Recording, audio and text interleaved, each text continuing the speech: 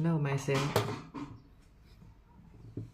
Today is 23 January 2025. Chia and Tane is breakfast together.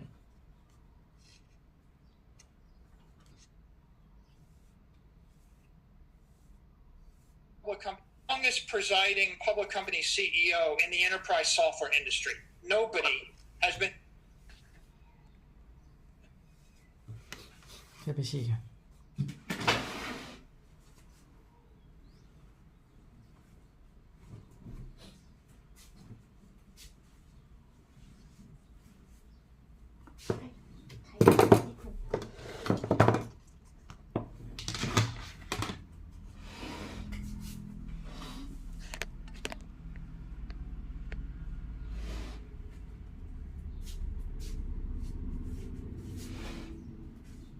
กี่โมงอ่ะ10:46มีข้าวค่อยอิ่มหน่อย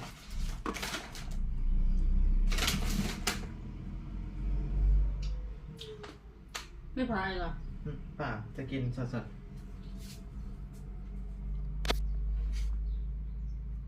ก็ได้17 ชั่วโมง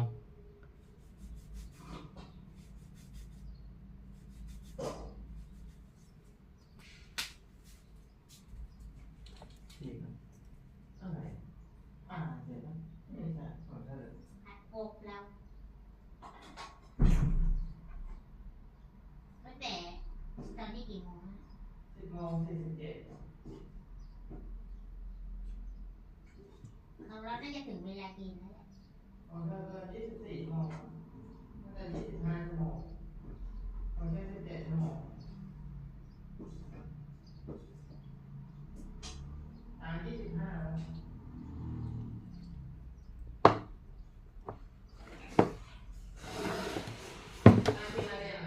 อย่าง25 ชั่วโมงครับครั้งแรกในชีวิตเลยนะเป็นใครมี20 ชั่วโมง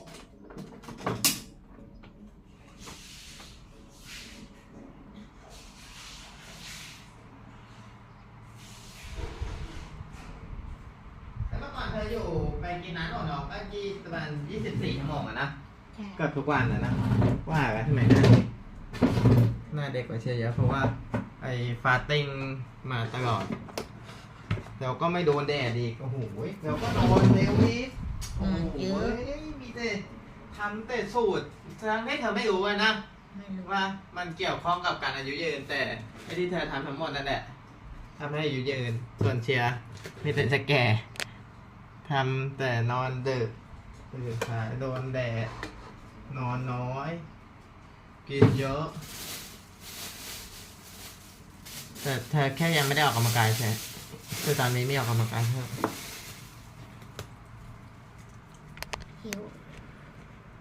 หิวตอนไดเอท25 hour myself is diet 7ผัก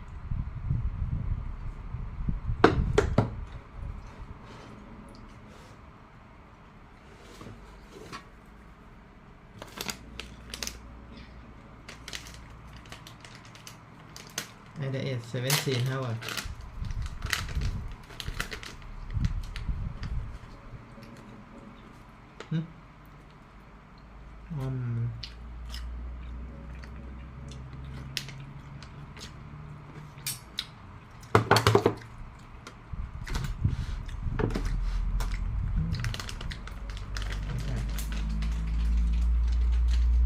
แล้วต้มให้เจ๊แบบนิ่มๆเลยก็ใส่เมล็ดเตี๋ยนะฮะเมล็ดเตี๋ยใส่หมดแล้ว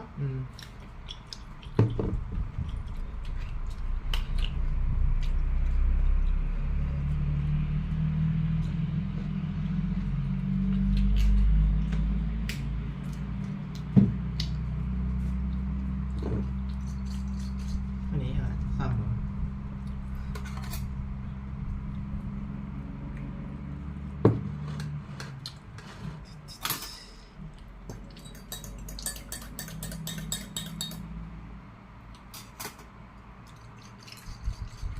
แก้โรคได้เยอะ เนี่ย อันนั้นดูมา สะเดาอ่ะ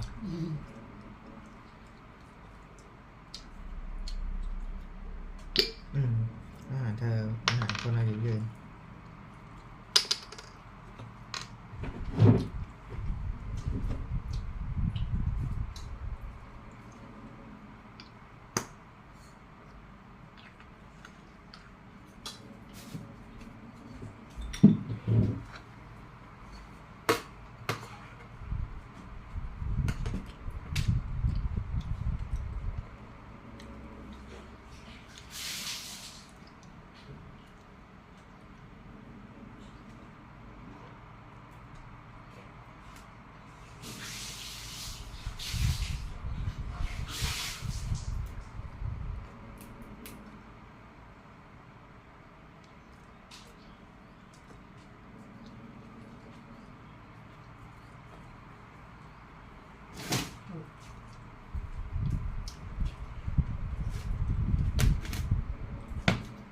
59.87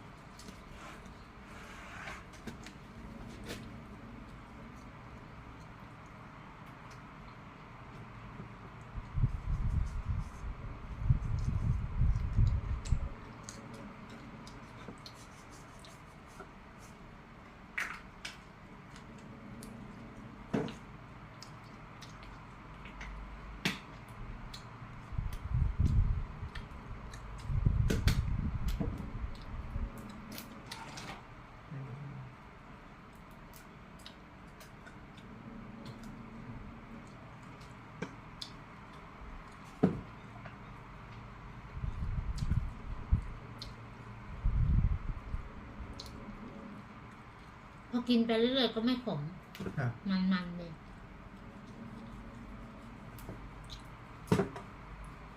อะไรหรอ จะเดา อ๋อ ตอนแรกมันขมๆพอกินไปกินมามันก็มันๆ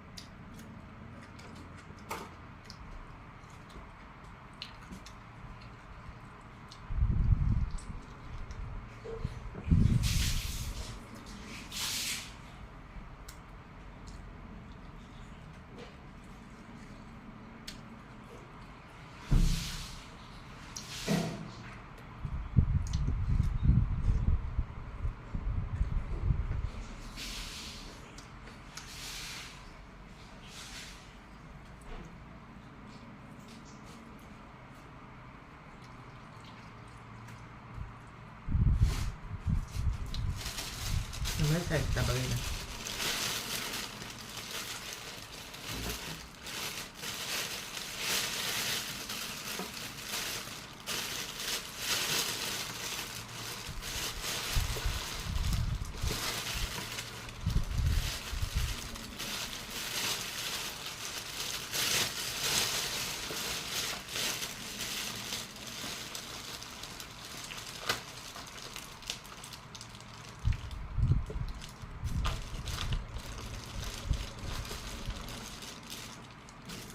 ให้มีน้ำเปล่าไหม น้ำเปล่าอยู่นี่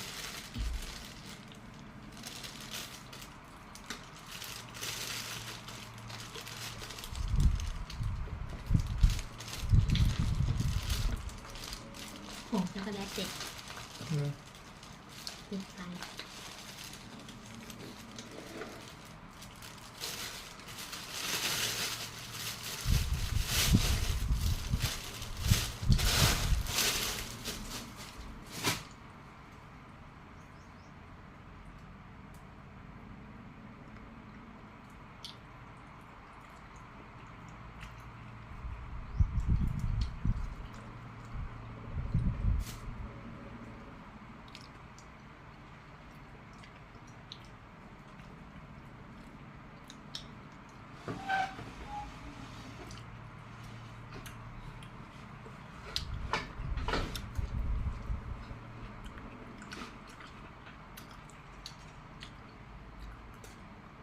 CEO of a public enterprise software company longer than me. 22 years, 88 quarters. I count them one at a time. Everybody came and gone. Okay, how do you wreck a software company? You know, you have an answer for me? What do you think? Number one way to wreck it. I'm assuming it's going to be acquire somebody ยัง else. ไม่ได้กิน Make a acquisition. Make a bad acquisition. Okay, bingo. เออ The CEO of SAP comes in. He lasts for 9 months. He buys autonomy. They take an $11 billion write-off. It's pretty impressive to burn $11 billion in 11 months on one transaction that you probably spent, I don't know, a few hours on. I mean, like, how many lifetimes? How many, a million lifetimes to make $11 billion? So the number one way to kill a company is make a bad acquisition. And so I got all this cash. Do I go buy something? I have lived long enough to see 90%. Yeah, how about Microsoft buying Nokia? That was a good idea, right? By the way, you could have seen that one coming a mile away. That was the most awful idea you could imagine. You want to count the number? 90% of all acquisitions end awfully, right? And there's a few accretive ones. If you buy a small company, pump it through a massive distribution channel, jack it up by a factor of 10 with no variable cost, you know, maybe it works.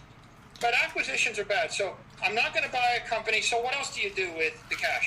You buy your own stock back. Okay, how many companies have gone Toys R Us, gone bankrupt because they bought that, you know, they lever up, they issue a massive dividend, they drain the capital, right? Drain all the capital out of the company. They're running on, what happened if you were actually running on vapor when COVID hit? Yeah, it's all over. Everybody is insolvent. They're all out of business overnight. Okay, so that's another way to kill the company. You drain all your capital.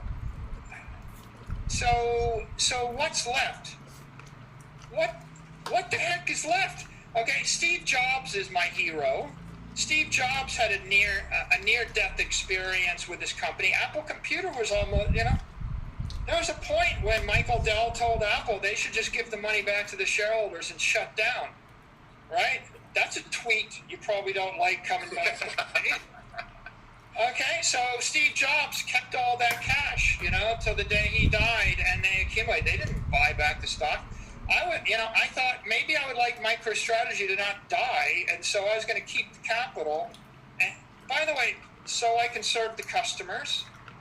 Yeah, you have nightmares of your CFO. The nightmare is you let a customer down, right? Like when someone actually invests $10 million in my company software, and then they build something with it and they deploy it, you know, like you're going to go tell them, oh, we decided not to update the software? Let me put it differently. How would you feel if you put $100 million into Bitcoin and then the miner said, we're turning off the rigs, and the developer said, we're not going to patch the bug or upgrade, and so it's just going to stop working, right? So you have an ethical, moral obligation to your customers. And a lot of times these CEOs, they kind of get cute. This is the problem with the LBO guys. We're going to get cute. I'm going to buy Marvel Comics. I'm going to leverage it up, drain the capital out of it, and bankrupt Marvel, right? Happened, right? Sad, happened, right? So don't want to do that. So what can I do? I just leave the cash in the bank, and I'm buying the stock back at some rate. And then along comes COVID. And COVID is this transformational experience. You know, Thomas Kuhn in The Structure of Scientific Revolutions, which is the seminal work on the history of science, he wrote, when the paradigm shift comes along, right, the old guard, you know, when we invent antibiotics or the science of sterilization or nuclear energy or whatever it is we invent, the old guard rejects it. No one accepts it until they're dead, unless there's a war. And the one thing that will get people to change their mind is when they die and their kids take over. That changes some minds, right? And the other thing that gets people to change their mind is a war. You know, World War II, you know, and as Trotsky said, you may not be interested in war, but war is interested in you. And when the war arrives, you all of a sudden get interested in stuff that you were able to ignore because it was of an academic interest to people somewhere else. So this year, we got two wars. We got a war on COVID, and by the way, what's the war on COVID done? I would have fired you, Raul, if you told me you wanted to work from somewhere other than my office. I would have said, you don't show up to my office, you're not sitting next to me, you don't have a job here. Last year, I was firing people that didn't want to come to work. Let me tell you what happens next. COVID hits, lockdown hits. I'm hating that idea. Then I got to have a meeting. At 9 a.m. in the morning, we got a meeting, and we're on video conferencing technology A, which I will not mention, and the line drops, the sound doesn't work, there's a warble, I throw a little hissy fit, all my IT people scramble. By 11 a.m., we're on video conferencing technology 2, and I got 12 executives, and we're talking blah, blah, blah, blah, blah, and 2 of the executives freeze, and one of them doesn't work, and I throw a second hissy fit. By 1 p.m., they're like, well, you know, Mike, we've got this thing called Zoom, and we haven't tried it yet, but we thought we might try that. I said, hook it up. By 2 p.m., we're using Zoom. It's working well, like you and I are working well. By 4 p.m., email goes out from the CEO to the entire company. Zoom is now the corporate standard. We will discontinue all other uses of video conferencing. Everybody in the company will be certified on Zoom, Zoom webinars, Zoom video recordings. You know, a stipend to purchase your own home microphone will go out to everybody. Buy green screens if you need to. I expect it to be done. No more meetings other than Zoom.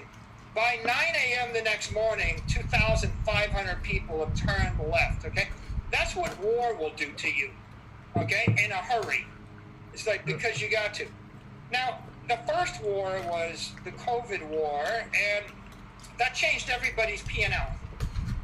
And that's half the business. I have a $500 million operating business, and we sell enterprise software, and in a matter of weeks, we needed to figure out how to sell that stuff virtually and how to deliver service virtually. And 500 consultants went from being on site to being remote. And you know, like the war hit, Raul, and we started worrying about what's going to happen to our business. Nobody knows. 4 weeks later, 500 people had gone remote, and I was waiting to see like whether a meteorite was going to hit me on the head, and you know. whether there's going to be mass destruction, would the revenues crumple, would customers go ballistic crazy? Okay, and then here's what happened. We stopped spending $5 million a quarter on running around, on flying around in hotels. Our next $15 million worth of marketing events, trade shows got canceled on us. Then we realized we couldn't stage $150,000 symposiums even if we wanted to. And then we realized that every expensive sales and marketing and services activity we had previously heretofore engaged in was no longer appropriate or practical or possible or relevant or necessary. เห็นปะ We're like, มีเลย I think I just made $40 million a year. And $40 million a year on a $500 million a year revenue stream, I got kicked in the ass with a golden horseshoe. I don't want to make light of it because a lot of people are suffering a lot of pain. Okay, and there's one person's cost savings is another person's revenue, right? So if you look at the other point of view, there's a lot of people in the events industry, the hotel industry, the airline industry, etc., and they're suffering, right? But I'm the CEO. I have to be the fiduciary for my shareholders and for my customers. And at the end of the day, what happened to the P&L is we realized we were going to be much more profitable and be much more efficient after this, despite the CEO kicking and screaming, being dragged into the virtual age, right? Right, so that's me. I had an opinion. I was wrong. War hit me. Bang on the head. Okay, I see it differently today. And by the way, at that point, I saw what everybody else in the virtual world had been seeing so clearly 3 years before me, 4 years before me. But I had to go through 3 different vendors, and I had to change my technology. My customers had to be forced to take my technology. My employees had to be forced. If I had walked in and I'd said to the CIOs that I deal with, I'm not going to meet with you face to face. I want you to Zoom to me. 12 months ago, they would have told me to, go pound sand. So what happened really was the war changed everybody's behavior, right? And so we got, now I'm going to pick, it's a let-in quote, right? I mean, there are decades when nothing happens, and there are weeks when decades happen, right? And so the war didn't change me, the war changed everybody, and so my P&L is different, my operating income is different. And now that takes us back to the balance sheet. The balance sheet, which was an afterthought. I got a bunch of money, I'm buying some stock back. Our stock, got hammered through the floor. And then what happens? So I'm watching the market, and I'm living the pain of Main Street, and I'm watching that all of these operating businesses are getting destroyed, and it's just the most horrific, awful thing of my career. Horror, right?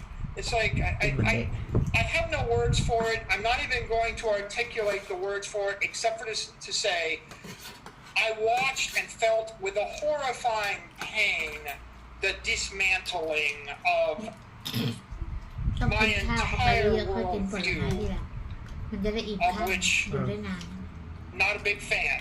อ๋อถ้ากินผลไม้มัน Having ผล watched ไม้ that แล้วมัน change, อยู่ได้ไม่นาน then I watched a V-shaped recovery with talking heads on MSNBC, and I just watched the market go like that, and I watched every equity go through the roof. Apple stock it doubles, even though any rational person. How can Apple be worth twice as much when half of the world's economy just got wrecked? And when their revenues and their earnings are looking constant. So the earnings multiples blow through the roof, right? It's like, and then I watch, this is one that blows my mind, Ralph. เดี๋ยว If พี่ you แช่ไว้ค่ะ ไม่แตกข้างจานนี่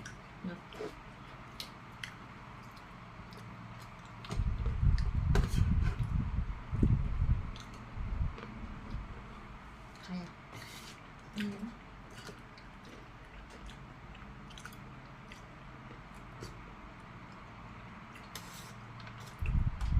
อ๋อโรงพยาบาลมหาชัย โทรมาทำไม ติด I mean, ตามอา I การ have an idea for you. I want you to buy 30-year government bonds that are going to yield 2% interest for the rest of your life. I said, are you out of your mind? Are you out of your... You must be crazy to sell me these bonds. Those bonds had a 22% gain in 12 weeks. So you would have made a 22% gain on the long bond index. I'm like, and I feel like an idiot. Like, I would have made money buying bonds at 2% yield for the rest of my life. I would have made money buying leveraged equity of everything as the world is going through the floor. And I'm holding my little bucket of cash as this is happening. And that takes me to my second war. But the first war is the war on COVID. The second war is the war on currency. อืม But อร่อย people are saying there's a currency war. อะไรพี่หอม I heard it. I didn't understand it. I thought currency war. By the way, I don't even know if everybody agrees or even interprets it the way I do. I thought currency war was the U.S. wants to weaken its currency so that our exports are more affordable in Europe. I thought, well, that's kind of cool.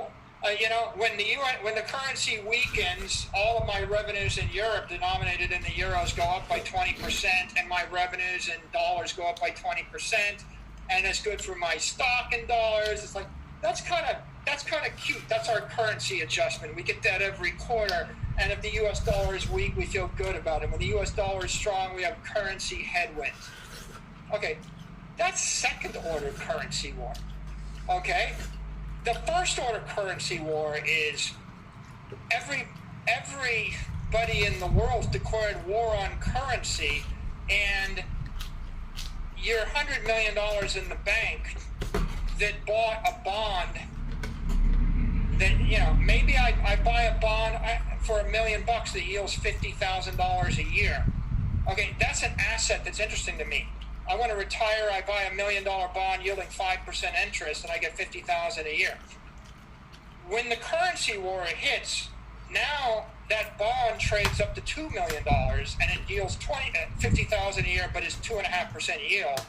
So what happened was the bonds shoot through the roof, and they appreciate by 100%. What really happened in the past 12 weeks is assets.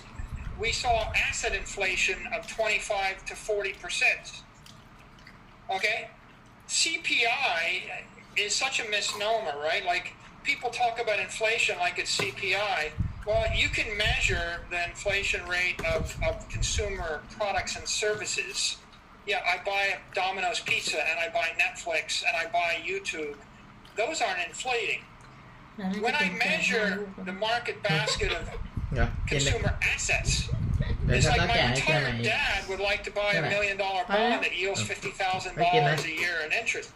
When I measure that, you're talking about 6, 7, 8% in a normal year as the money supply increases. All of the things that I want to buy, I'm being snarky, all the things I want to buy are going up 8% a year in a good year. All the things that are being given away from me that are manufactured by machines and robots. There's also a function of this, and just listen to you just clarify the thought for me. Right, the function of inflation is generally driven by demand. Right, I don't believe it's necessarily fully a monetary phenomenon. Maybe demand is part of it, but demographics plays a big part. Right, the largest demographic wave of all time are the baby boomers. Those guys, guess what they want to buy? Retirement assets. And so there's a perceived value in that. So it's kind of crowded within certain things, and it's created this enormous bubble in it. And that's where my dispute is with all the entire media fixation on inflation as CPI. It's like, do I want to buy $1 million worth of Domino pizzas, and do I want to buy $1 million worth of Netflix or $1 million worth of consumable products, or do I want to buy $1 million worth of assets that let me not work for the rest of my life? Well, they're measuring the things that are easy to manufacture with a robot or a factory they're not measuring the things that I want. That because the things that I want are scarce assets that have a yield. And, you know, let's take a share of Apple stock. Well, you wanted a share of Apple stock when it was quarter of what it costs today. Yeah. Okay?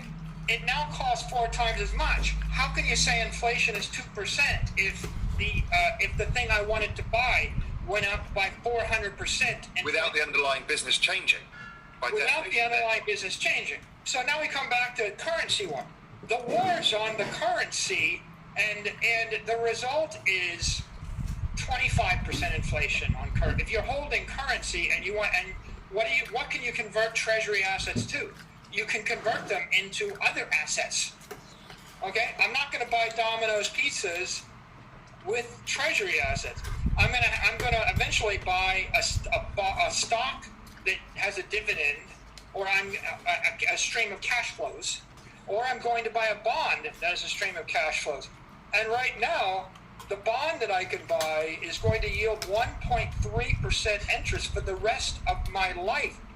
So now you start thinking, like, I didn't have to really think about it until I got hit in the head with the 2x4 of this currency war. And then if I wasn't paying attention, the internet explodes, MSNBC explodes. If you haven't noticed it now, right? I mean, you must be living under a rock somewhere, right? It's pretty noticeable. So then I start getting introduced to the concept of, I always knew nominal interest rates were low. Yeah. That I get. But then I start thinking about real interest rates. But it was just, the real interest rate on a 10-year bond is like, well, minus 1%. Well, no, it's not. I mean, it's only minus 1% if you buy into the notion that CPI is inflation. But if you actually start thinking in terms of inflation is a vector based upon what you want to acquire with the cash, then you realize the rate at which tech equity has been inflating is a lot faster than, like, what's the rate at which Apple stock has been going up? Is that at CPI? Right? Is that 10%? Is that 50%? So now if I look at asset inflation, I start thinking, you know, at that point, the real yield on my cash. Yeah, but there is a cap. But the bonds had a capital gains, as you pointed out before. So the net offset of bonds over the course of this year, bonds versus Nasdaq, it's been a pretty close run. Yeah, you're right. It's all doing well. If you were smart enough, it's totally counter to my thinking. How could a person rationally lock up his company's capital for the next 30 years for 2% interest? See, if I'm the CEO and you said... No, you invested back in the business at the very least. If not, you're saying your business cannot generate a 2% ROI. Okay, here's my problem is moral hazard. If I took $500 million and I put it into a 30-year bond yielding 2% interest, and if any rational economist took over the Fed, you would think the interest rate's going to go to 4% or 5%. Everybody knows that the economy cannot function with a 0% interest forever, right? Interest rate is the value of time. We're in a war with time. We want to stop. Yeah, will you give me everything that you own? Will you give it to me for the rest of your life if I return 1/3 of it to you when you're dead? Right?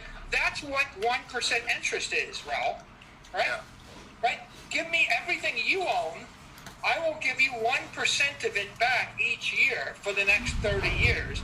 And when you're dead, you will get 30. Your heirs will get 30% of what you gave me. Now, right? So here's the moral hazard, or the dilemma for me as a CEO. If I invest the $500 million into 30-year T-bills at 2%, I'm taking the risk. I'm making the bet that no rational actor will ever fix the problem in the Fed, right? I have to bet all my company's treasury that the world will stay irrationally priced forever. I mean, it was the right bet for a Japanese CEO to have made. It's like, if Ray Dalio says cash is trash, right? Like, I don't know if he says it. The trolls say he says it, but I'm gonna wait for 30 years and see whether the government has inflated the cash, and then you're gonna give me back the 500 million in 30 years. It's like, that doesn't make any sense, because I pretty much bet I can't construct a rational argument whereby 30 years from now I will have made money on it. But here's what I would think. Any rational person would think that you lock up $500 million for 30 years at 2% interest. When the interest rate goes to 4%, your bonds are going to trade down by 30 or 40%, and you're going to lose the $200 million, right? So when I'm looking at it, I'm thinking, that's the craziest thing ever, right? I can't imagine that. So if you're a shorter-term trader, I'm like, okay, have at it. Buy the 30-year long bond index. But no one seems to be thinking they're going to hold it for 30 years. So, I can't get that. So on one hand, I look at that as just massive hazard, moral hazard, craziness. And on the other hand, I look at all the equities. I'm like, well, I can't just buy individual equities. I mean, there's too much equity risk there. And then meantime, I just watch, I watch the talking heads. We get beat to death with this issue of real return. And I start to go to school on that. And I realize that you can calculate a real yield.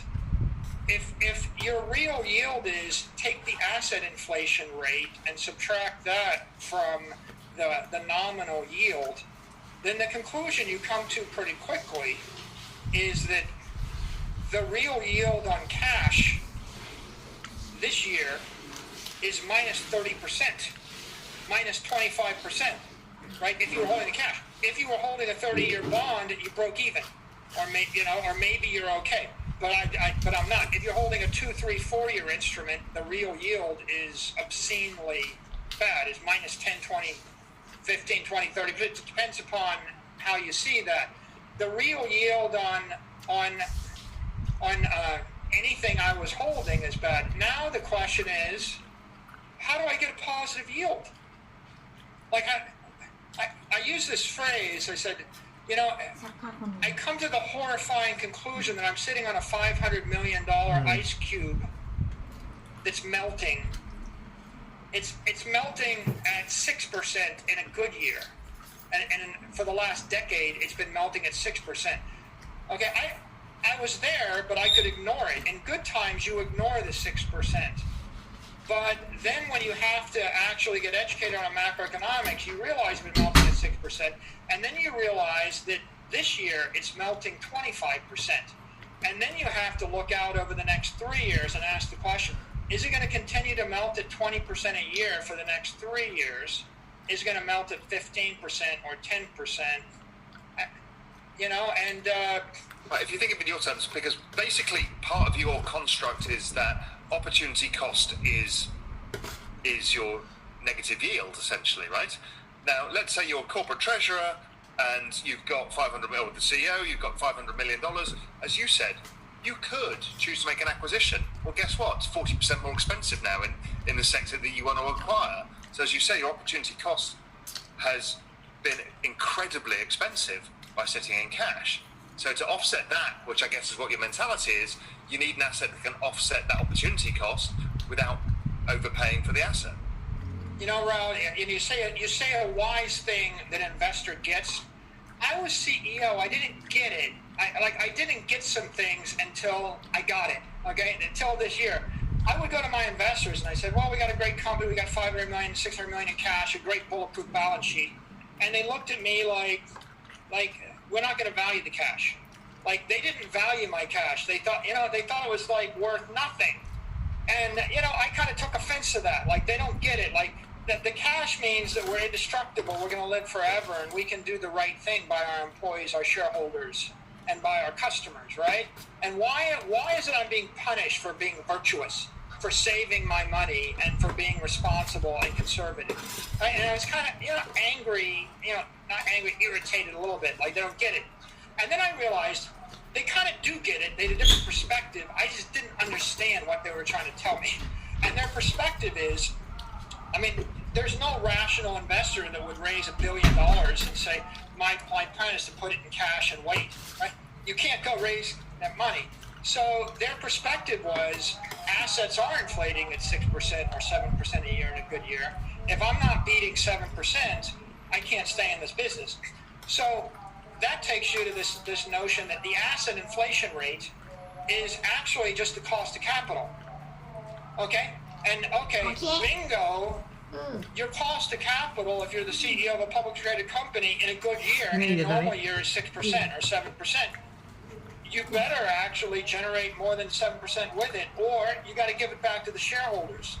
I mean, down to the razor thin margin. Now, there's a certain elegance to that. Why didn't we actually do that? Well, it used to be we're thinking, I've got a bunch of capital. We were buying our stock back at a measured rate, you know, and we were very thinly traded. So if I bought 20% of the stock back in the windows without moving the market, it takes me like 7 years. You know, it takes me some number of years to buy it all back. You know, it's very frustrating. And I can't go any faster than that, you know, without doing a tender offer and the like. So we're doing a bit of that, and then all comes the pandemic, and everything gets kicked into high gear, and the P&L gets kicked into high gear, and we're transforming, and then this macroeconomic change takes place, and the cost of capital now, Raul, it's not 6% anymore. The cost of capital just spiked. And so the fascinating thing here is if you're a corporate treasurer, your cost of capital was 6%. This year, your cost of capital is 25%. And then all the assets that you could buy go through the roof. And now this is a problem. Like, do I go buy a company? 90% likely I burn the business. I destroy if I buy a bad acquisition, then I probably make a mistake. That's a peril. Do I go buy the S&P 500 after it spiked up today? The most crowded trade, right? They're saying the most crowded trade is but also the future expected returns are basically negative by most people's assessment for the next 10 years. So you're basically locking into a loss. It could very well be a lost decade for equities. So,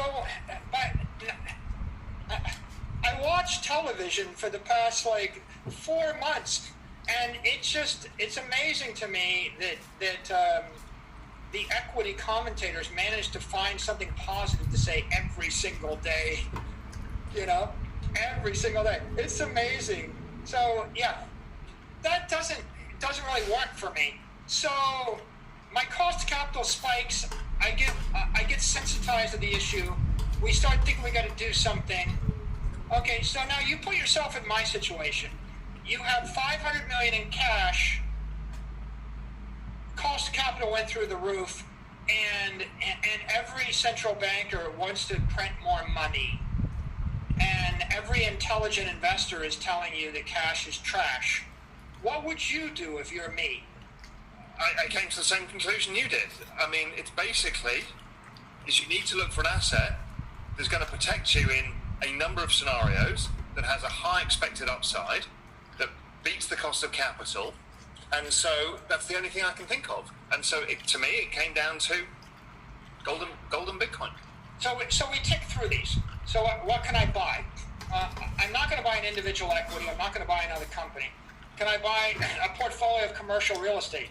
Oops. Half commercial real estate's impaired. The other half is overinflated. And who's going to sell me $500 million worth of commercial real estate at a fair price that's not impaired this year? That's not going to work. So now I'm down to, can I buy an index of stocks? Well, anything you want to buy company-wise that's cheap is basically insolvent and comes with a bunch of debts.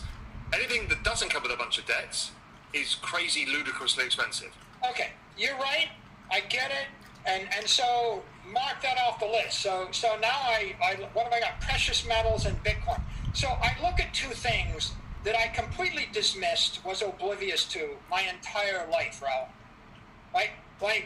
And so all of a sudden you get hit in the head with a 2x4 and you cross off your list, and every door is shut to you, but these two other random doors, and so you got to open up the doors and start to look. And so now I go down the rabbit hole and I start studying. And you can learn anything on the internet. So all of a sudden, you get discovered by me. Pop gets discovered by me. I have this friend, Eric Weiss, who's runs a crypto hedge fund. And a couple of years ago, he told me about Bitcoin. I thought, well, that's crazy.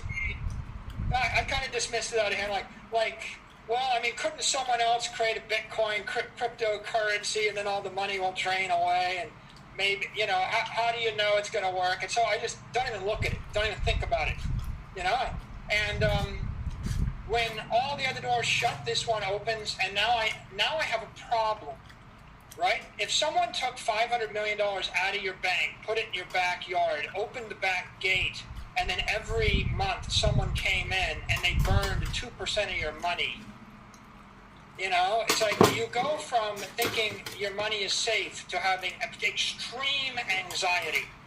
Extreme. So now I got a problem to solve. I first had to solve the P&L problem.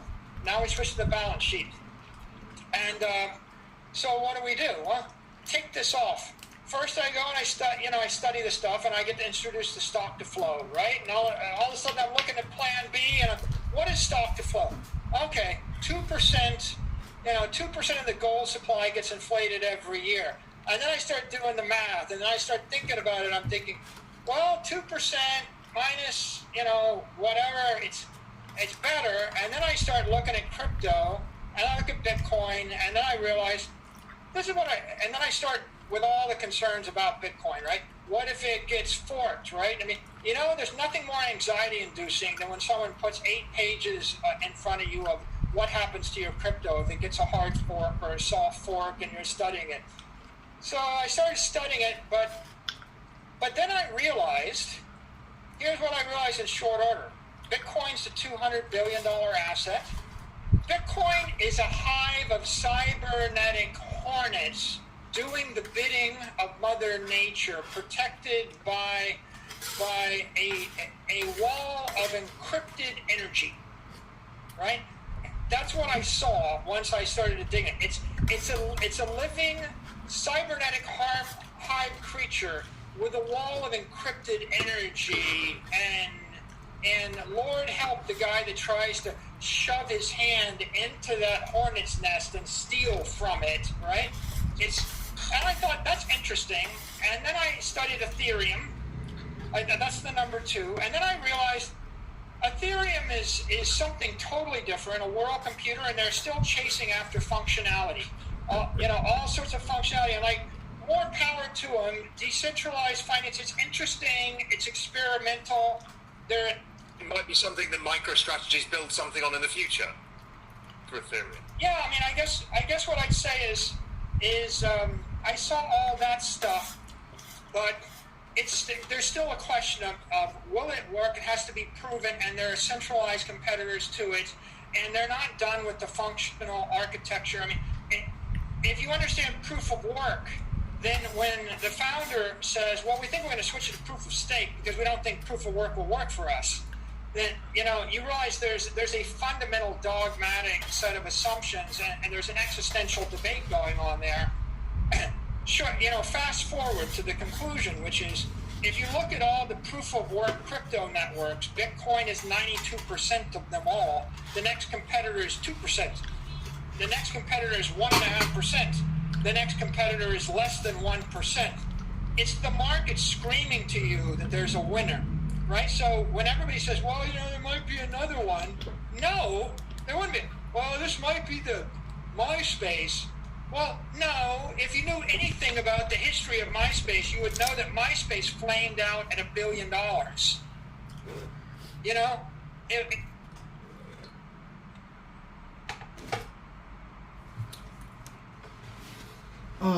Finit.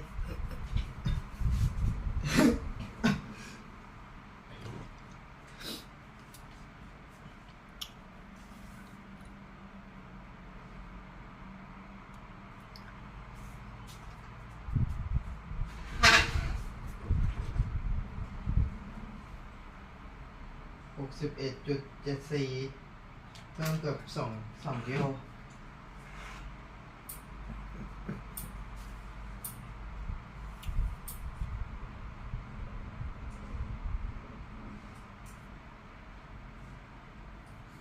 โอ้โห